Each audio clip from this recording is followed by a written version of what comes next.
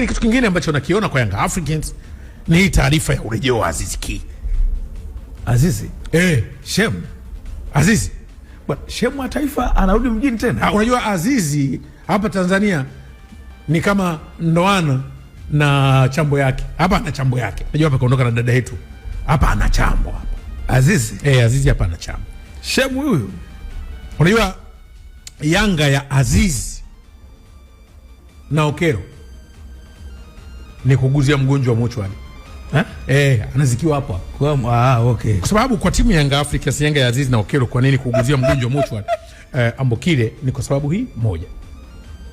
Yanga unapokuwa na mtu kama Aziz na una Okero, unatengeneza solid depth squad.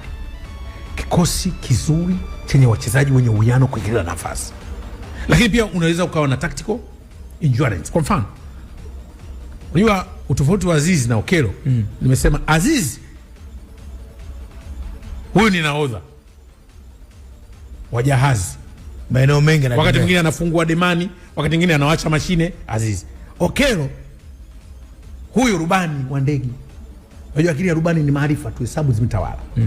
Sasa rubani ukifanyisha kazi ya nahodha utapata mambo mawili. Ukimchanganya rubani na nahodha, hiyo safari ina maarifa sana na nguvu zinatumika kwa usawia.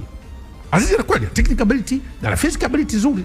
Okero utamwona ufundi zaidi kama rubani. Kwa hiyo ukichanganya Yanga ya Aziz na Okero, na Aziz huyu anayerudi,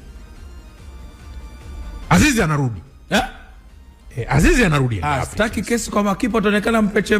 Mimi chukua taarifa yangu. Aziz Yanga Africans anarudi. Kwa mujibu wa vyanzo vyangu.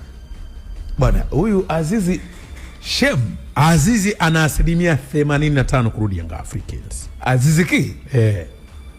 Kuwa sehemu ya kikosi cha kina Okero. Lakini aliyeondoka na anayerudi, unaona anaweza kaja kaisaidia Yanga. Aziz kacheza Morocco. Aziz anacheza Libya kwa ubora tu. Lakini bahati nzuri sisi tumempa chambo yetu.